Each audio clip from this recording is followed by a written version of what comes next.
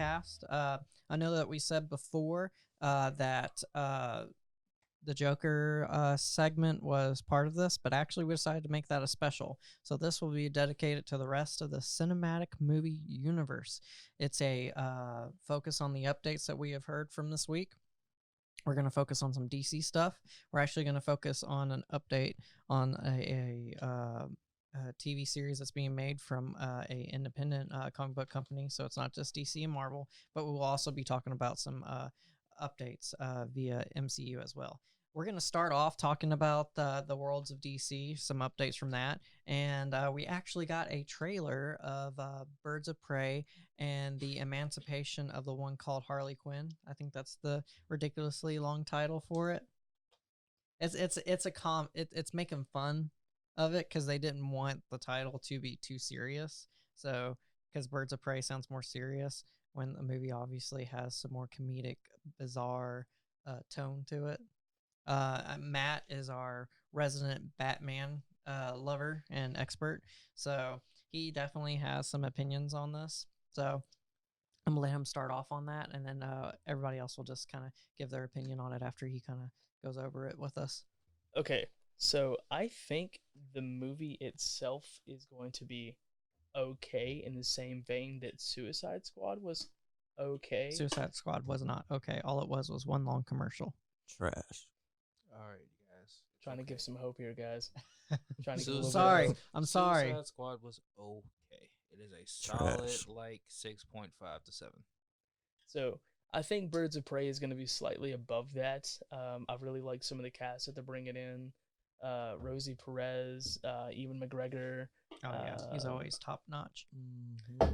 Mary Elizabeth Winstead, who's done other comic book films in the form of Scott Pilgrim. Yeah, Scott Pilgrim versus the World. Everything that I've seen so far from the movie, just from the trailer, it looks good, but I don't know if it's going to be good. Every scene, there's one where she's standing in the rain, that looks good. Everything looks like a comic book panel to me. Yeah, the colors I like are very vibrant and they pop, and everything looks fantastic. I still feel like they mix match some of the casting. I feel like the Huntress and Black Canary should have been switched. You think Mary Elizabeth Winstead should have been? Yeah, Black Canary. Hmm. I think she should have been, and then the other girl should have been Huntress. But I understand why they picked Mary. Mary Ann Weinstead? That's her name, right? Mary Elizabeth. Elizabeth. Sorry, Mary Elizabeth Weinstead. I understand why they picked her for Huntress because they're going to go with the Italian background for the Huntress, and the other girl does not look like she is of Italian descent. So I get that then. And then the teenage, is it Cassandra Cain that's in it? Yes, Cassandra Cain. Okay, I know you had a problem with her being the teenager or something like that. I actually have no problem with it. I think a lot of the initial issue that I had with it was coming from the mythos of Batman and where she stands with everything else. She's been trained as an assassin. She does not look like she's been trained as an assassin. No. She in this just movie. looks like a street kid in the movie, and I'm not a fan of that. Yeah. But I mean, there's no no offense. Catwoman. She just doesn't look like somebody that's been trained. No. Obviously. And so I kind of have a little bit of a problem with that, but I think for what they're trying to do, I think it works. And if anything, it kind of expands. We get more characters from the DC Nation that we don't normally get to see. This will be our first live action interpretation of Black Mask, our first live action interpretation. Really cool. I think he'll do a great of job. Cassandra Cain. So, my thing with Cassandra Cain, I feel like they're making her character. I think it's like that Deadpool 2 effect where they have the teenage kid in the movie, and he's kind of like the butt of the joke type thing, where he's kind of like sarcastic and stuff. And I'm afraid they're gonna do that with her, where she's just like this angsty teen that's part of the group that just makes comments. So I'm blanking on something here, and I know it's just because I've consumed too many comics and I didn't watch the trailer more than once. But is she mute? No, she can talk. she can talk in this one. She's in the comics. She's mute. Right. Yeah. Okay. So, I actually Cassandra kinda Cain dislike is that. known as the orphan, right? She's known as the orphan, and she actually gets she starts to speak more in the comics Right. thanks to Basil Carlo. Yeah. Clayface, because he's Clayface. a theater actor, and she Yeah. actually practices lines of Shakespeare to learn how to speak. She joined Clayface actually as part of a team with Batman Incorporated. Batman Incorporated with Tim Drake and with um, Spoiler and Batwoman. Orphan. Yeah. And so then they start building this bond. And so, like Yep. Matt said, she finally starts talking. But in this, like, it looks to me like she does not have an issue talking because there's the scene around the end where Harley Quinn's driving the car and Yep. she's asking her to throw the grenade. Yep. Yeah. And she's like full on just having a conversation with her.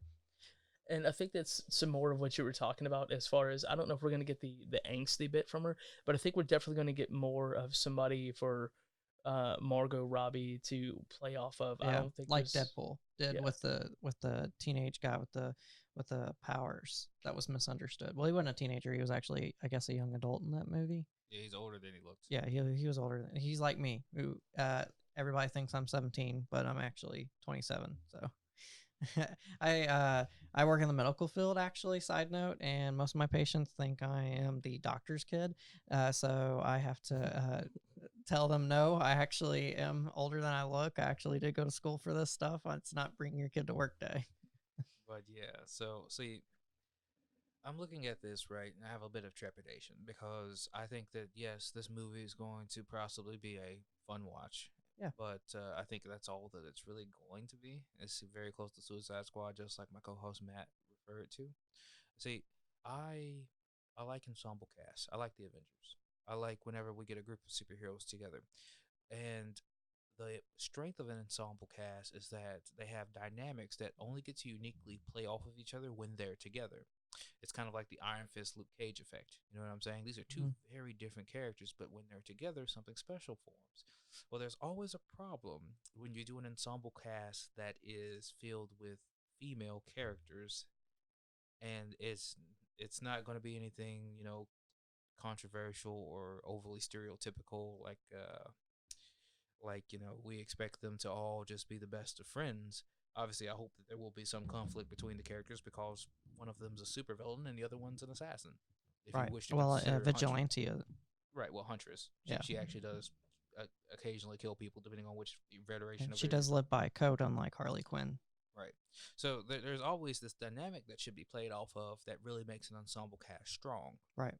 But what I fear is that whenever you get a team together that is going to be all female heroes, like Lady Defenders, like the A-Team, and like Birds of Prey, they're all going to be best friends.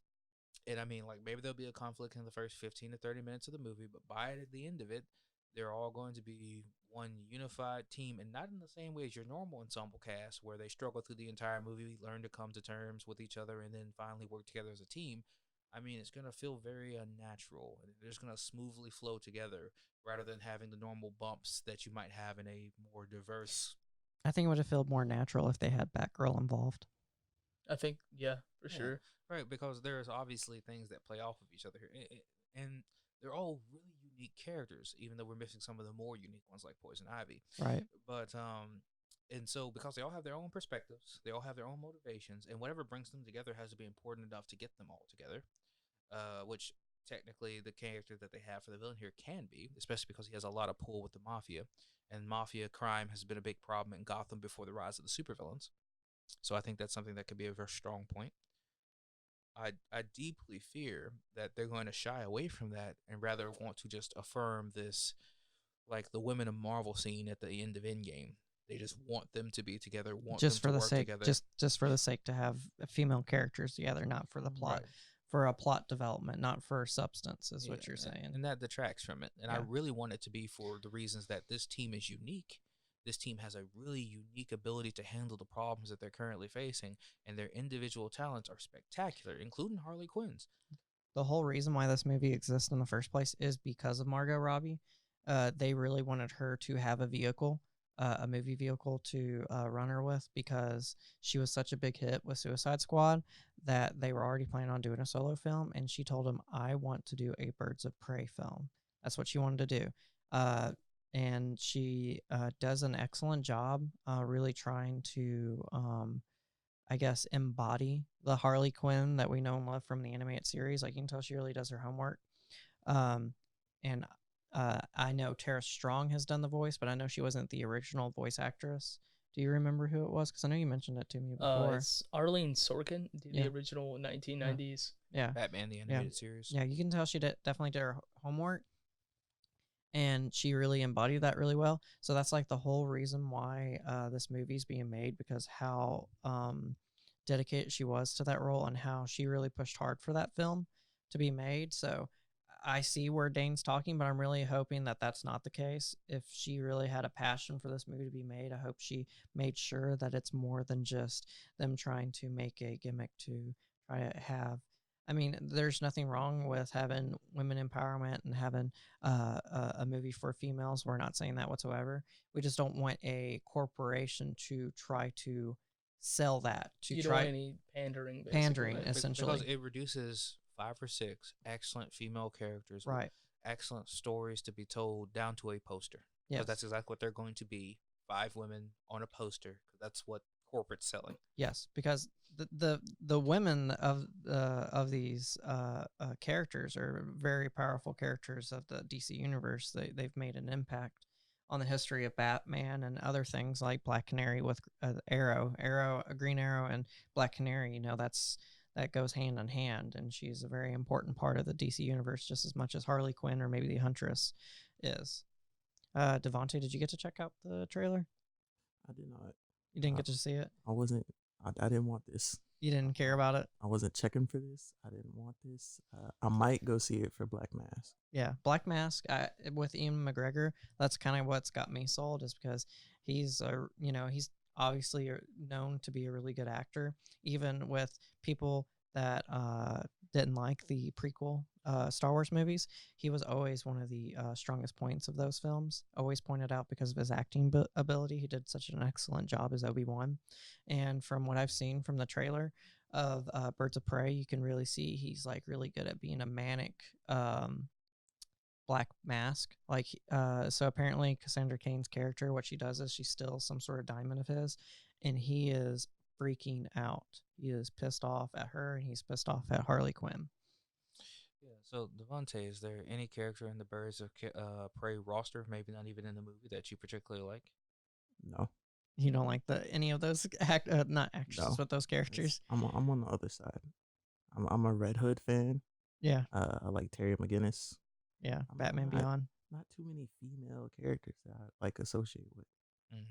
I have to say, probably out of the Birds of Prey, if I had to pick one that I would want a solo movie on, and they're not in this movie, is Batgirl. I really love Barbara Gordon. I love her story. I'd love to see them build on that in the DC universe. I think what we'll get is we may not, because this is like a smashing of Gotham City Sirens meets Birds of Prey. So what I think we could get is like maybe a nod to old Birds of Prey, maybe Like they Huntress. tried to do this before and it didn't work. Yeah, like, or maybe somebody could mention, well, we could phone up Oracle, Yeah, or I don't think she'll be at that point in her storyline. I wouldn't think. Well, they could do just about anything with this yeah. movie. It's well, pretty free because it's connected to the Suicide Squad universe, and we don't really know if that means it's connected to the new Batman universe. We wouldn't think so since we saw Ben Affleck's Batman, Yeah, with Amanda Waller. but they could erase that. They could easily connect it to that same universe. Just ignore the Ben Affleck scene. Basically. Yeah. They could just ignore any of that. Yeah, they could. Well, it sounds like James Gunn's completely ignoring the first Suicide Squad movie anyway. So, and she's going to be in the new Harley Quinn's going to be in the new Suicide Squad movie. So, Has anybody else felt like this movie came out of nowhere? what, the Birds of Prey movie? Yeah. Well, Exactly. like I said, the whole reason why it was being made was just because of her. Who Margot asked for Robbie this? was wanting it. I And fe- it was in the midst of when Warner Brothers was like scrambling, trying to come up with a bunch of movie ideas for their universe. And they were just throwing a whole bunch of stuff on the wall and saw what stick. And it was one of the few movies that stuck during all of that. Because, they were trying to develop all kinds of movies all at once. yeah. They were trying to develop like a Deadshot movie. They were trying to develop a Joker movie, which they did, but it wasn't with Jared Leto's Joker. They were trying to develop a lot of different things, and that was one of the things that stuck. And the big reason why is because Margot Robbie is one of those big name actresses now that they wanted to make sure that they cashed in on that while they had a chance. So it does kind of seem out of place. Well, it's also the character that she's playing. Harley Quinn has really, Very popular. popped into the She's mainstream. She's the Deadpool of DC. Yeah, and so it's a bit bizarre, really. I've always been a fan of her character in direct relation to Joker, Yeah. not so much apart. I mean, I do love her dynamic with Poison Ivy, but beyond that, I prefer her to have a relationship to the Joker in most stories. And lately, she has been completely separate from him. I think they plan on keeping it that way for a while. I think it's the proper way to go too. I really do. Really? Oh, what makes you say that? Being that she's Separated. not separated from Joker. Emancipated Yeah. from Why the do you, Joker. yeah. Like, Why do you feel that As way? far as like why I think she should be emancipated for Joker, Yeah. Well, well- we know they have a abusive relationship, obviously. I think Right. I think it's nice to see her break away and kind of do her own thing. And you're getting a lot of that in the comics, and not so much just with her going and being with Poison Ivy, but there's I forget there's in the Harley Quinn comic she's got a group of people that she runs around with. Is it the Tool? The Tool, I believe. Yeah. I think so, but I haven't read Harley Quinn in a while because I found that when she went on her own in that comic, she felt a little too goofy for me. So she's very close to Deadpool.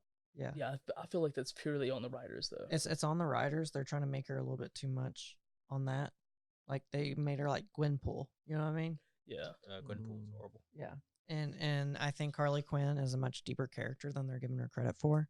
I think they should really focus on that. I think they really did that with the Birds of Prey. Like you can see, like she's like legitimately depressed about the breakup between her and Mr. J and all of that. But I have to agree, it's probably out of the lineup of DC movies that are coming out. It's probably the one that I'm the least excited for, and it has nothing to do.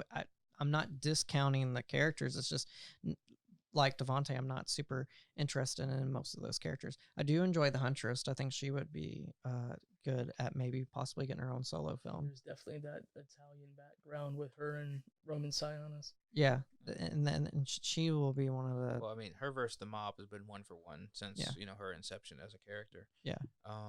For me, my particular character of interest is Renee Montoya. I've liked her both as a cop and as the female Question. I don't know how I feel about the actress who's playing as her. I haven't really seen her in anything. Rosie Perez Yeah, Rosie is Perez. who's portraying her, and she's been in. I didn't write it down. That's fine. I haven't seen her really in anything that I can think of. I'm doing my fact checking right now. I'm checking too.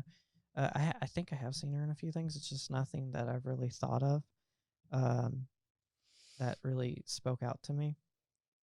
She's been acting for quite a while. She apparently did voice work for The Road to El Dorado, which I love. Love that movie. She was also in this movie with Wesley Snipes and Woody Harrelson, White Men Can't Jump. That's a good movie. Classic. Yes, and there's a few others that she's been in, but she just never really stuck for me. So I just can't imagine her in that role. But that's okay. Oh, I saw her in that short-lived NBC show Rise, and she definitely had a lot of personality in that. She was very headstrong. So I guess I could see that because Renee Montoya is known for being headstrong type of personality. So I guess I can see why they casted her then. She's a stronger, more proactive member of the Gotham Detective Force, Yes. as opposed to the very passive Harvey Bullock and the very upright James Gordon. Yeah. You mean the very passive and lazy Harvey Bullock? I mean, passive is another way of saying it. Yeah. Well, obviously, we just we're not super duper excited from what we saw. I think the big points that we were excited about was Black Mask, and also it was really cool that they're bringing in the hyenas, Harley Quinn's hyenas. So what we've seen so far from the trailer, I was talking to a friend of mine about this, and she's a huge Harley Quinn fan. Yeah. And she was like, it looks like there's only one hyena. Yeah, and there's supposed to be two. There's always two. Yeah, there's always two. So she's kind of upset that we may only get one. Which she might get a second one later. It might be like a thing where she like really like loves the idea of a hyena, and then she's Don't- like, "I need a second one." Don't skip out just because of the budget, man. Animate 2 hyenas. I don't think it's budget. I think it's like an evolution of the character. Like it's like, with me and my animals, I'm like, okay, I got one, I got him for a while, and I realized I need a second one. Yeah, You know. two's always better. Yes, two is always better to keep each other company, and I bet she realizes that. They might not focus on that in the movie, but that could be the reasoning why they decide to go with one. But anyways, we're going to go to the next topic, which is we saw an article about a short list for the casting of Catwoman. Catwoman for the Batman movie. So there's a short list that includes Tessa Thompson. I can't say her name. She was the one from Star Wars. Does anybody know how to say it? Lupita. I can't say it. God, I'm Lupita Nyong'o. Yeah, I butchered it. I ain't even gonna lie. Wasn't she in Black Panther? She was also in She was Black Panther. also in she Black was, Panther. The romantic interest, right? Yeah. Nahia? And then there's also some smaller names, which is Alexander Shipp, Logan Browning, and this other one is also a very difficult name for me to say. It's like Mbata Raw. Yeah, Mbatha-Raw. Gugu Mbatha-Raw. Who is my personal choice? That's actually my personal choice as well. I think she is a perfect fit. Matt, I know his pick is actually Alexandra Shipp. I think she's a good second choice for myself. Logan Browning, she was in her first big role was the Bratz movie. Yeah. And then she was in one of those Tyler Perry movies, The Browns. Which one was in Us? One of them is in Us. Lupita. Lupita. Okay. Yeah, Lupita's in that. I think Lupita is an excellent actress. Like, she's definitely a really good actress. I just don't know if I can see her as Catwoman. I just don't know if I want any heavy hitter Marvel people Right. in this upcoming DC project. And then Tessa Thompson, she's known for Valkyrie. She's known for the Valkyrie in Marvel, and she's known for her big role in Men in Black, the new Men in Black movie that bombed. It did. It bombed. Dude, I so watched it. bad. It was a, Man, I could hold an entire conversation about why that movie was a fundamental failure. It was just really bad character writing. Yeah. Poor Chris Hemsworth. I thought he was the best part of the film. Everything else was pretty well terrible. Seriously, he gets in these films and he just ends up becoming comic release. It's the same thing with Ghostbusters 2016. Yes, See, yes. But he was the best part of that Ghostbusters movie too. That's what I saw with the trailer, and I'm gonna go ahead and just say I haven't seen the movie myself, but them doing the whole him throwing the hammer thing, that kind of ruined a little bit of it for me because it looks funny and I laughed at it, but at the same time, like, that's too self-aware. Yeah, well, you know, meta ruins everything, right? But anyway, back to the whole point. Mbatha Raw was most recently was in the new Dark Crystal series. Yes, from Netflix. and she did a really good job at that. I was very happy with that. Yeah. So for that reason, more than I just really like her as an actor, and I like the way that she looks for a Halle Berry recreation for Catwoman. Yeah, she does have that look. She has a similar look to Halle Berry for sure. So I'm supporting her on all fronts, but it was definitely the Netflix series for Dark Crystal that really just pushed it over the edge for me. She's also got a bigger role in The Morning Show, which is basically one of the staple shows for Apple Plus. Is Apple TV Plus, the new TV streaming service for Apple that's coming out, I believe, November 1st, I want to say. And it is a show with some pretty big names. It has Steve Carell, has Reese Witherspoon, and it has Jennifer Aniston. And she's one of the other roles in that. So she's really starting to become an actress that's getting a bigger name. So I think this is like the perfect timing for her to be cast in that. Whereas the Alexandria Shipp actress that Matt was interested in, she is most known for playing as Storm in the newer X-Men movies. Yeah, she's also had a role in Straight Outta Compton most recently. I say most recently. She played Ice Cube's wife in Straight Outta Compton, and her most recent film, which is I think going to hit theaters soon, is Jexy with Adam Devine. Yeah, it's basically this comedy movie about a AI that is too self-aware that falls in love with Adam Levine's character, and so starts causing chaos in his life when he doesn't feel the same way. So it's a pretty hilarious movie. And as far as Alexandra Shipp, she has been in some pretty big movies recently, and it would be really interesting if they did cast her, because that would mean that she would take two roles that Halle Berry had been in before. So Oh yeah, so she had, obviously Halle Berry has been Storm, and then she's also been Catwoman. So it'd be kind of funny if they go ahead and decide to pick her. That would be cool. Oh, that does push it a little bit in her favor. Yeah. it But, does.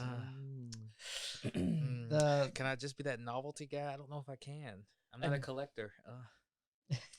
What? It is what it is, right? I Do think- s- mm, I think another reason Lupita may turn away from it. I don't know when they're going to start filming Black Panther, but Black Panther's going to drop here within the next 2021. 2021 is when it's and then it's gonna be 2021 when the Batman movie comes out. So it's gonna be starting filming. I do believe at the beginning of 2020 for Batman.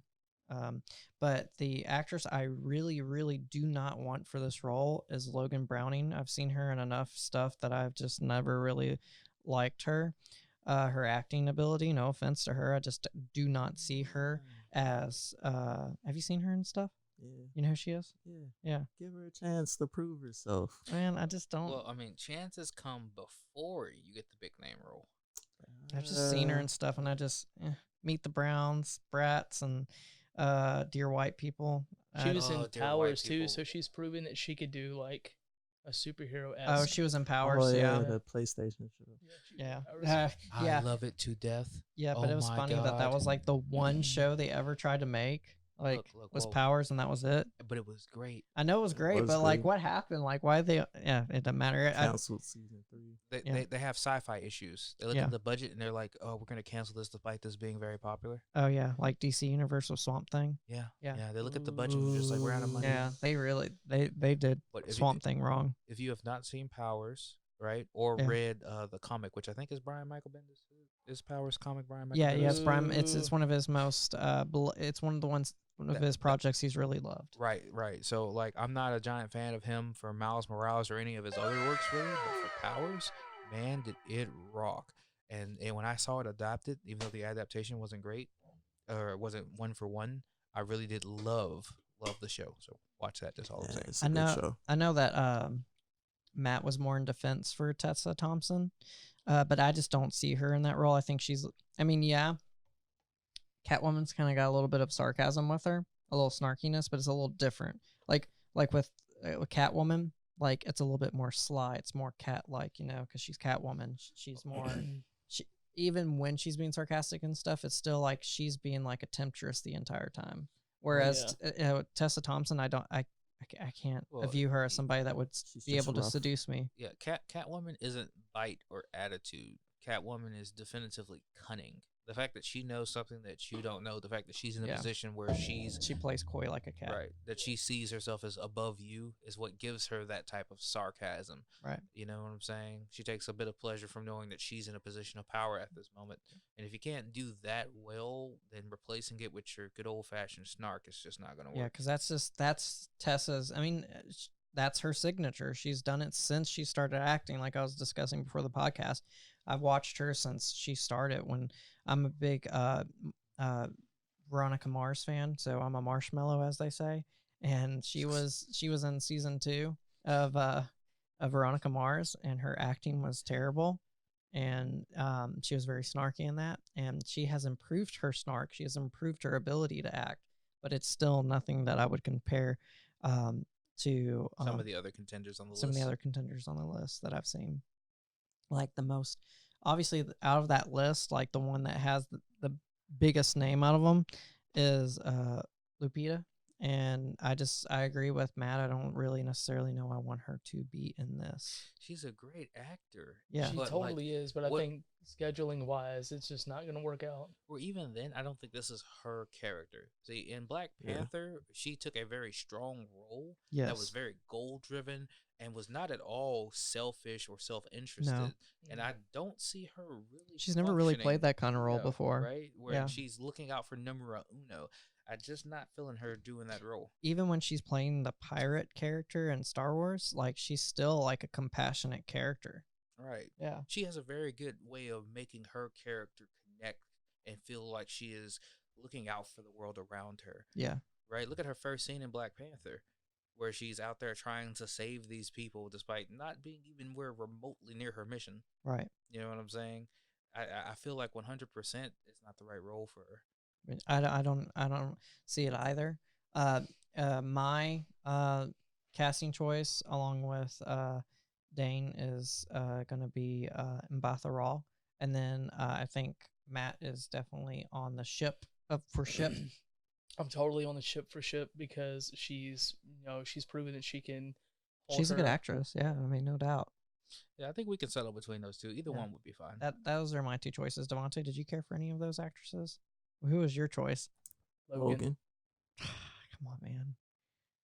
I mean, odd man out, I guess. Sorry, I know it's just because I've seen Meet the Browns, and it's just hard to distinguish from that. It's just hard to see her past that. I mean, herself. Look where Paul Rudd. This is completely separate, but like he was Clueless and stuff like that. Yeah. I mean, but still, he was still enjoyable in Clueless. There's a difference. I still love Paul Rudd from day one. Look, okay, so here's my opinion on the matter about letting her have the opportunity.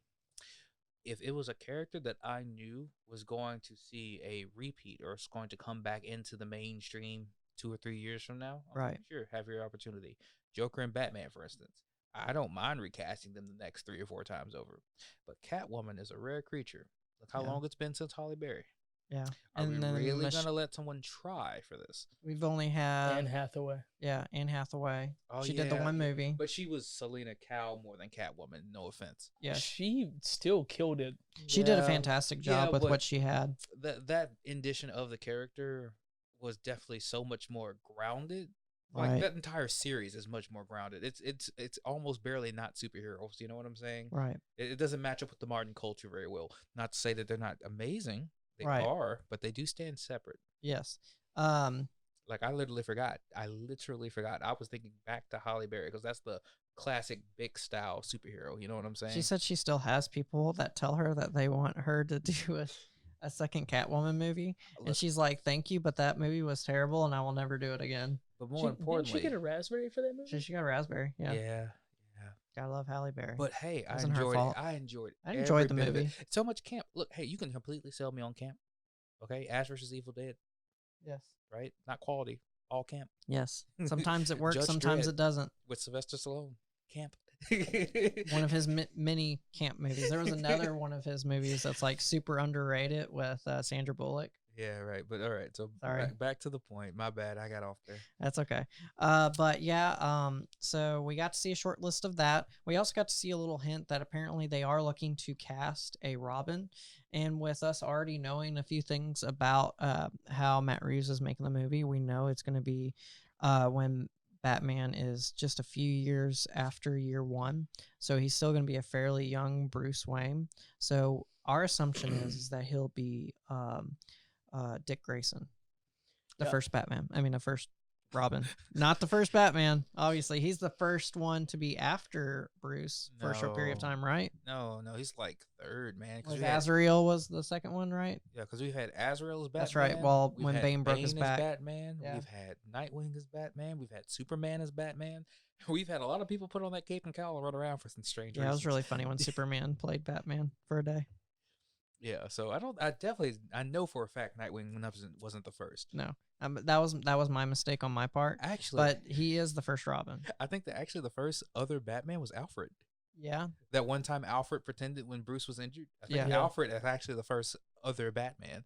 I think what we're gonna see with the Batman movie, as far as in relation to Robin, I think what could potentially happen is that it's the start of his career.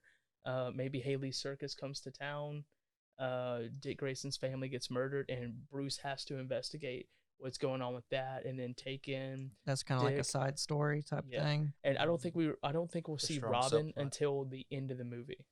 Yeah. That makes sense. Strong subplot, especially Yeah. if you're not focusing heavily on the superhero aspect, but more on the detective aspect. Yes. Well, that's the big focus apparently. And because there's so many similarities between the Flying Graysons and Batman, as far as the origin stories go Right. for both characters, I would love to see a more in-depth, slow approach because it will reflect on Bruce's approach to discovering Joe Chill as well. It would be a good way to do the whole showing the backstory of Batman without having to show the backstory because Right. everybody already knows it. And Nightwing has always been a very strong foil for Bruce because one is the example of properly adjusting to losing your parents, and the other one is an example of not so properly. Well, unless you're the Dick Titans. Graysons from Titans, who like takes them like Clone 20 plus years to Batman. get over it. Yeah.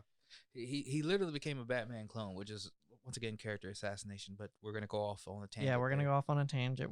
We obviously have a lot to say about when it comes to Titans. That new episode though. Yeah, so it was a good episode. We are gonna hold off for a little bit before we discuss Titans again. I think we're gonna wait a couple episodes and then we'll bring that back up to everybody. Unless something ridiculous happens. Yes. But the casting for Robin will be interesting. I wonder what direction they'll go with that because they're going with a lot for the Batman movie. It seems like they're trying to change up the race, which is no big deal, but they are trying to do that. So I'm curious as what they'll do with Dick and what they're looking for, like age range, the type of actor they're looking for, the type of race they're looking for, because Batgirl's going to be clearly black or half black now because Jeffrey Wright is, her dad. He's going to be playing Gordon.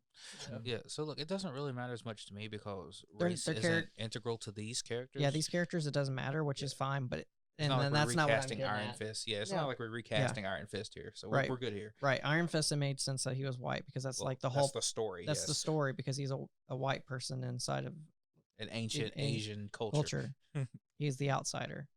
But with these characters, it doesn't really matter what race they are. So I'm just interested to see what kind of casting call they're trying to make with Robin, what kind of direction they're trying to take with them. I think they could really try to take it to a different direction. They really do need to kind of, I think, shake it up with Robin because we've already had the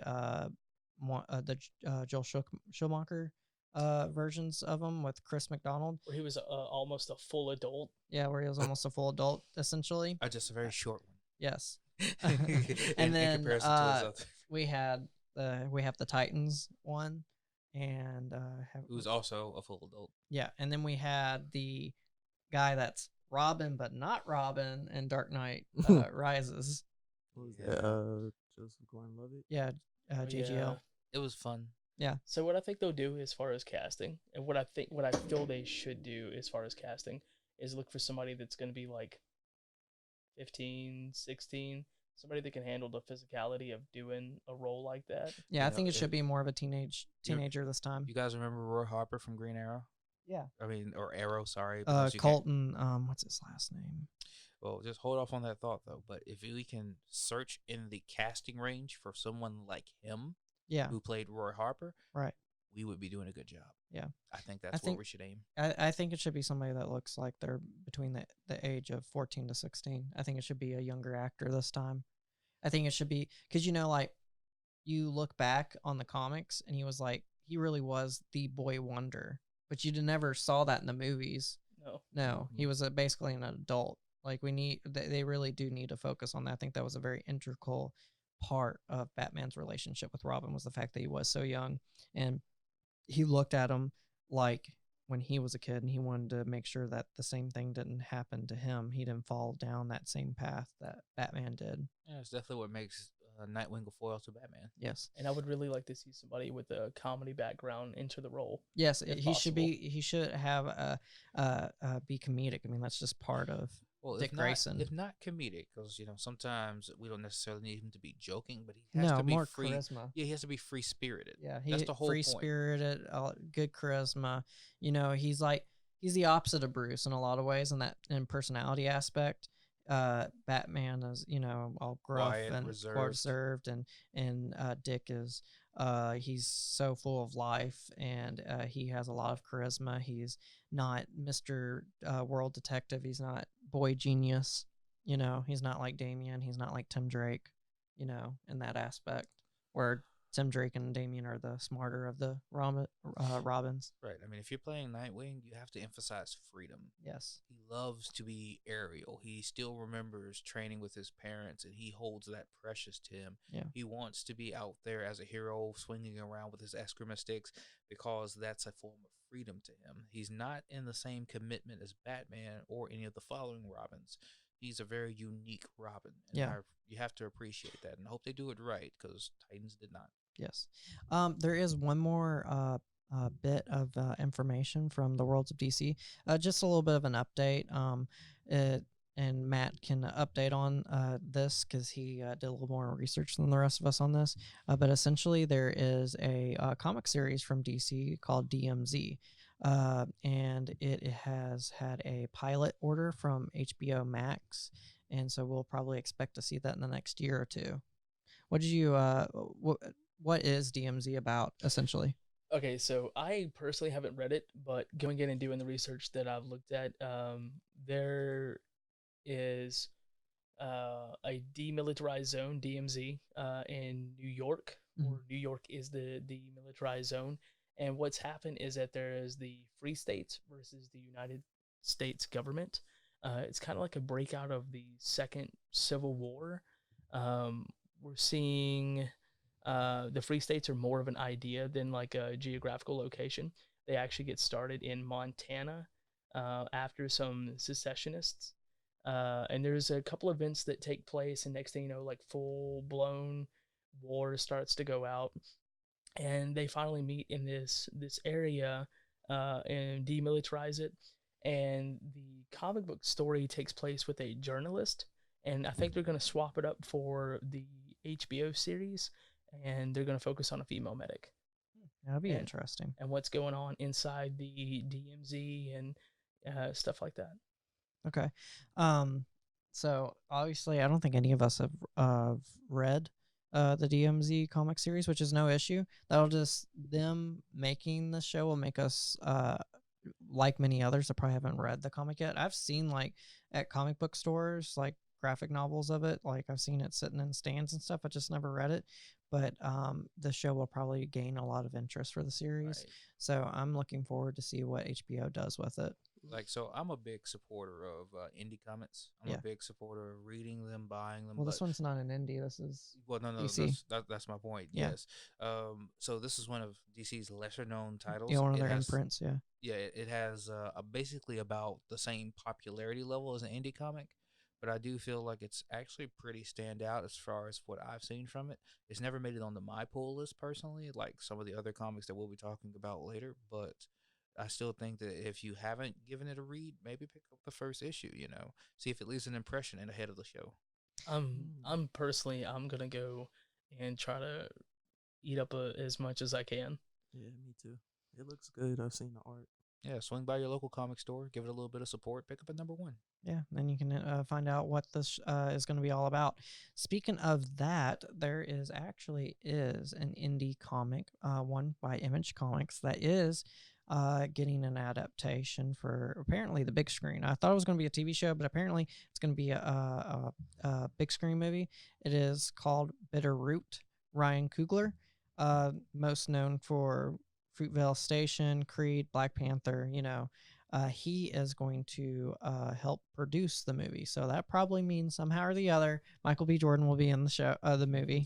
Which will be amazing. Yes, Michael B. Jordan is amazing. So, but we just expect him to be in it in one way or another. So, like, I'm not exactly the biggest fan of this director, but I am a huge fan of this comic because it is a amazing series that's really focused on a unique blend of 3 really cool aspects. One is the Harlem Renaissance, which is just a bombastic time of American history that focuses on Black culture in a really unique way that gives it a very soulful feel. It involves another one of my favorite activities, monster hunting. I've always been a big fan of Supernatural or any of those shows where you have to go out there and find the monster of the week and take it down. And then last but not least, family. and how big a dysfunctional family of monster hunters can get. So I'm looking forward to this. My friend Matt here has a little bit more detailed information because I'm just a reader, and anything I would tell you would probably be a spoiler. So Yes. And I think Devonte has read some of it as well. Nah, not so much. Happened upon this on Instagram. I thought it was interesting. I went back to check it out. But as for now, I might read it. I might not. It's really good. I sat down, and when it got brought up the other day in our little group chat, I immediately turned around and ate up.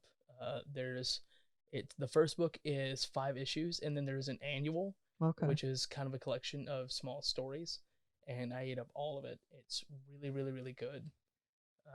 And Ryan Coogler is producing it along with his wife and Zinzi Evans and someone else I cannot pronounce, Sev Owen. And the comic was created by David F. Walker and Sanford Green. there's a third person. I believe, as Indie well. veteran Chuck Brown. yep, Chuck Brown has done a lot of work in the indie industry. Yes. That would explain probably why it's done so well. Mhm. So a quick synopsis. I don't think y'all can read the screen behind me. It's probably a little difficult, but basically it's set during the vibrant Harlem Renaissance of 1924. It focuses on a fractured family of a once great monster hunter group who must face a unimaginable evil that descends upon New York City. And so, as Dane has mentioned, to focus on monster hunting in an interesting time period. 1924 was a very different time, especially for African American individuals. So it's interesting to see a focus on the family and seeing their struggles with monster hunting. I'm sure it will focus on some other things other than just the monster hunting aspect with that. So yeah, this is African Americans in the northeast of America.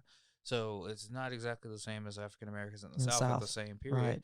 These are African Americans that are really Americanized and really finding their place and making their stamp on Right. America's culture. That's the Harlem Renaissance. That's a really strong period for the African American community to just be vibrant and creative. And you get this awesome supernatural overlay like Harry Potter, except this time with this Harlem twist. And it's really interesting. So I love the vibe from it. I'm normally not, full on soul brother, but this is one of those moments where it really connects me with that part of my culture, and I really enjoyed reading it. So hey, I say go for it if you want to take a little moment to take a glimpse back into history, or maybe just jump into fantasy. As Devonte says, I can dig it. I can dig it. I think it's gonna be a good film. I'll definitely check out this comic when I make time. Yeah, I'll definitely check out the movie because I really did like the Black Panther movie. I think Ryan Coogler did a good job with it. The only problem I had was the third act with Black Panther. It was a little generic for me with the fight between Michael B. Jordan and Chadwick Boseman. But other than that, I think he did a really good job with that. So I think with the Harlem set piece and everything, I think this is perfect for him to be working on with. So that is it on Image Comics news and DC news. So what we have left is MCU news, which is, more of my forte. I'm a Spider-Man fanatic. So the first update is apparently, so there was rumors earlier in the week that people were saying that Tom Holland was like one of the big reasons that the Spider-Man movie was saved. Well, turns out that Bob Iger, the CEO of Disney, confirmed. In fact, it was Tom Holland being one of the big swinging points for them to bring everything back to the table. He said that Tom Holland at D23 was begging Bob Iger's staff to give him his number, and so that way he could contact him. So they asked Bob if it was okay with him. And he said, yeah, sure, it's fine, it's Tom. And so he contacted him, and he was like, yeah, he joked and said that he cried, but he really didn't, but he could tell he was really emotional during the conversation. But he said Tom was basically asking him, please talk to Sony, work this out for the fans. They love this character so much. We can't leave things off like we did. It just wouldn't work without Disney, essentially. Look, he was one of their 2 flagship characters going into Yes. the next phase. Yeah, believe me when I say it wouldn't work without him. No, So no, and Tom knew that. Tom knew that he is an avid Spider-Man fan himself, and he's probably also looking out for his own career too. I mean, I mean Yeah. that would have really messed things up for him with the Spider-Man. it's so important as Spider-Man to get yourself a trilogy. Yes. He got himself a trilogy. Yes, we don't need a Go, repeat of Andrew Garfield's situation. Tobey Where you only Maguire is clapping in the background. Exactly. Getting that We gas. want Yourself a him. trilogy, He boy. needs to be Uncle Ben. Okay, they need to let Tom Holland is pretty avid about him wanting to be There Uncle were Ben. there were some points that were I watched a video essay on Far From Home. Yeah. As far as because you see Tony. This is completely off topic. By Yeah, the way. no, that's fine. You see Tony start kind of take over like that uncle fatherly figure. Yeah, he's more like the dad, and Mysterio was like his cool uncle Yeah. until he wasn't. And there's like this disconnect from current MCU Peter Parker and Uncle Ben. Like the only piece of Uncle Ben anything that we have is his suitcase that he carries throughout the movie. But outside of that, he makes the mention in Civil War of, when you have these abilities and you should be doing things, and we need more Uncle Ben. We do. I think they just didn't want to repeat, and they've done without repeating him so long that it's became kind of awkward that they haven't mentioned him yet. Yeah. Let's be 100% honest here. Uncle Ben is so integral to Spider-Man's character. I'm thinking of Yin Sin for Iron Man, but my point being is it's so integral that if there is no respect paid to him in the trilogy, it's just not going to be complete. I really hope, and I think that the third movie will be the perfect time to finally focus on that with him losing Tony and everything. I think focusing on how he lost Tony, and then he also lost his uncle, and he's going through a tough time in the third movie, because obviously with the third movie there's been some plot leaks, and so it does lead to believe that there is going to be a dark movie for him ahead, and so this would be a perfect time for them to really focus on his relationship with Uncle Ben. But back at the Disney-Sony deal, apparently after Tom Holland spoke to Bob Iger sat down with his team. He called him. He said, okay, so I just talked to Tom. He's like, we really got to do something about this. We got to do it for the fans, and we got to do it for Tom. He's been a great actor for us.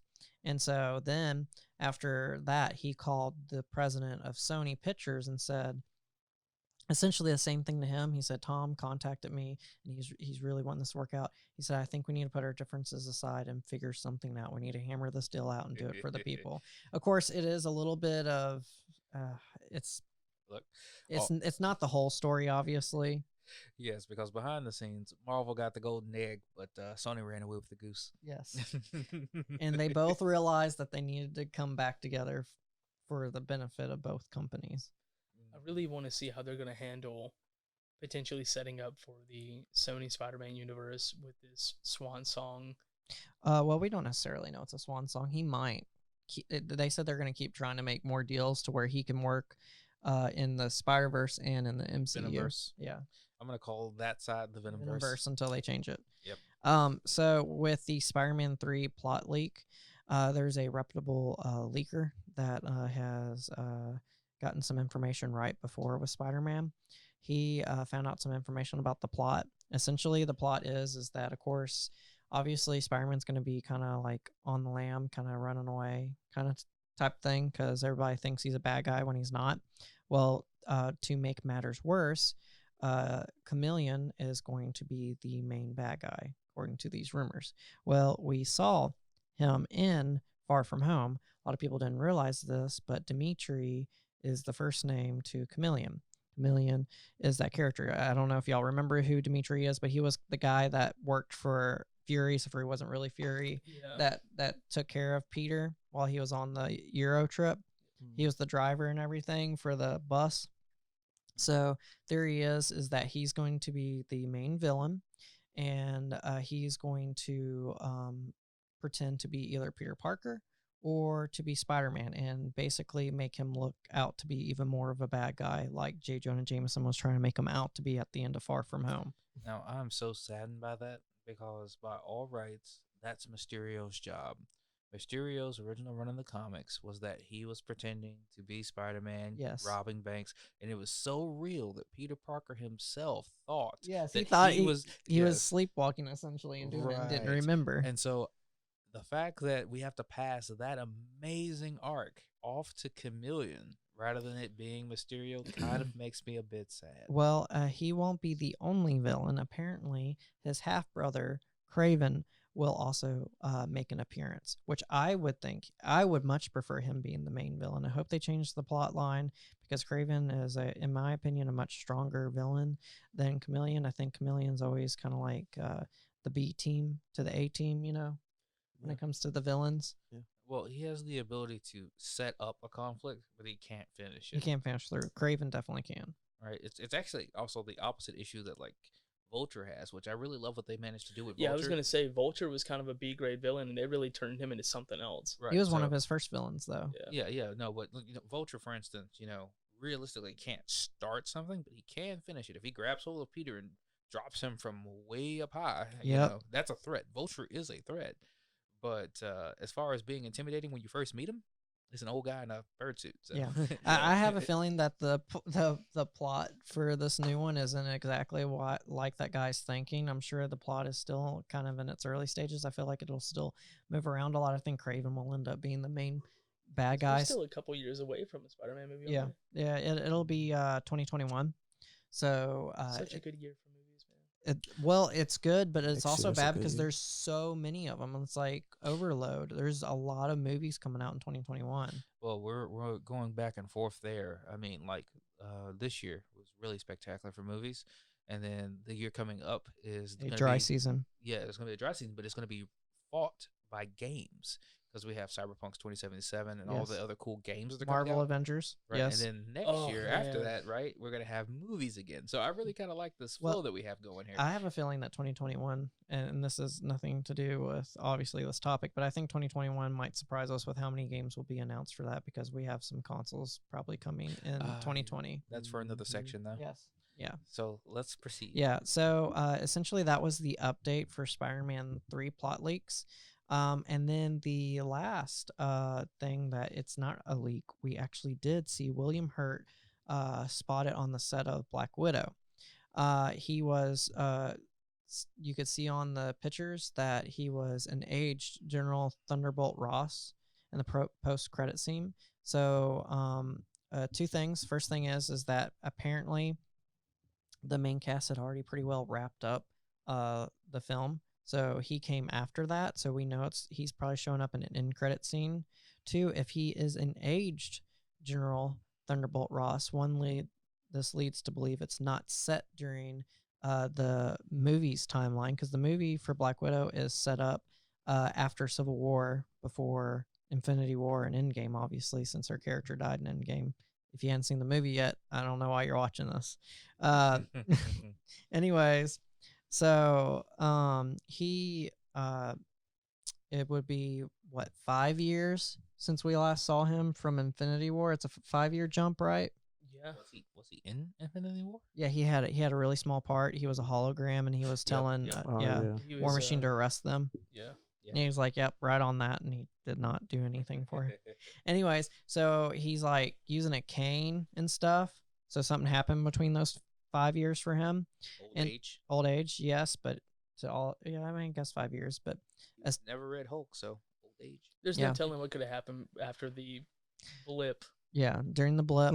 So my God. Wait, was he blipped?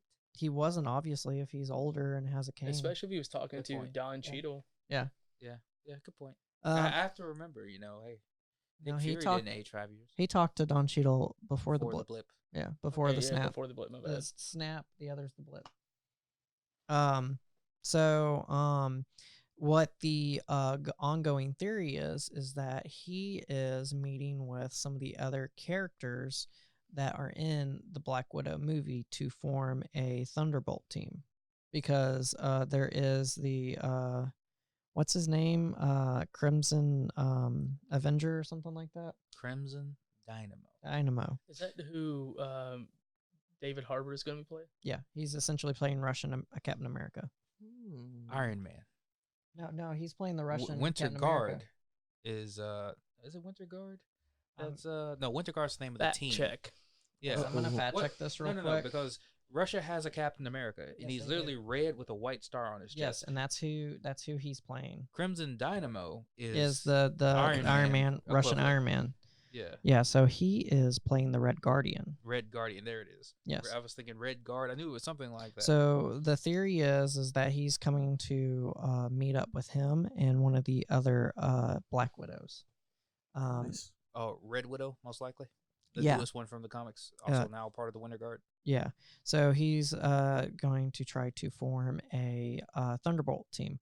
So that also leads to the theory, hey, we might finally be getting a Red Hulk. Which would be dope. Which would be really cool. I'm hoping it's U.S. Avengers current run, Yes. Madison. I really like that guy. That guy is really nice. Him, Tony Ho. Well, I'm going to get off topic there.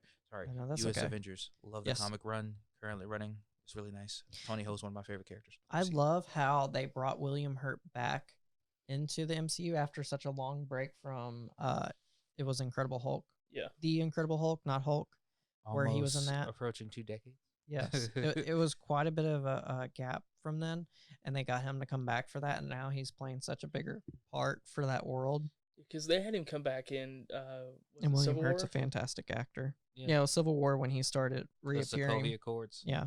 Yeah, so I mean, Marvel had an issue with this, that it had some of the best casting just in the history of a United film franchise, and some of their best actors and actresses didn't get used, like Thor's mother, Yes, she who did good. has Yeah. an amazing actress credit to Well, her so name. does his dad, Right, Anthony right. Hopkins. And so they didn't get major roles across the Thor films Right. until Endgame, where they went back and made her spectacular. Oh, they did such a great job with her. on Anthony that. Hopkins was really good. Yeah. And Ragnarok, he got way more screen time, I felt like, in Right. Ragnarok. I've always had that one, sad thing to say about Marvel is that their casting director, that woman is a goddess, and some of her best decisions didn't get enough screen time. Yes, she is the whole reason why we get some of the perfect casting we got, like with Chris Pratt. Obviously, that's one of the most popular stories with her ability to cast, because James Gunn didn't even want to cast him at first. He's like, "You mean the pudgy guy from Parks and Rec? Why would Yeah. I want that guy?" So But she knew that woman yeah, is so like- she had the last. preternatural. I would have to think that she came from the future, and she just this is how she's making her bank. Yes. I have the casting. She's So not like Biff. She didn't come back to do bets. She's just like, I'm gonna cast the I was Marvel movies. I was about to say, yeah, she's Biff. Biff. It should be interesting if they do decide to make a Thunderbolts show. Oh, not show, but movie. But I was about to say, what if it was actually a show? But I think they'll actually go the movie direction when they got someone as big named as William Hurt playing. He would be essentially the lead. And a pseudo villainous ensemble cast would be great, because we haven't got one yet. Yeah, it would be fantastic. But that basically concludes all the news updates. We normally, talk about our opinions on a lot of this stuff, but I figured just shorten it because there was a lot going on With the Joker special. with the Joker special, and a lot going on with our opinions on Birds of Prey and the shortlist for Catwoman. So we'll be back on another segment in a little bit. I hope you decide to tune in onto that episode, and we enjoyed discussing about all the different cinematic updates. Thank you for watching and listening.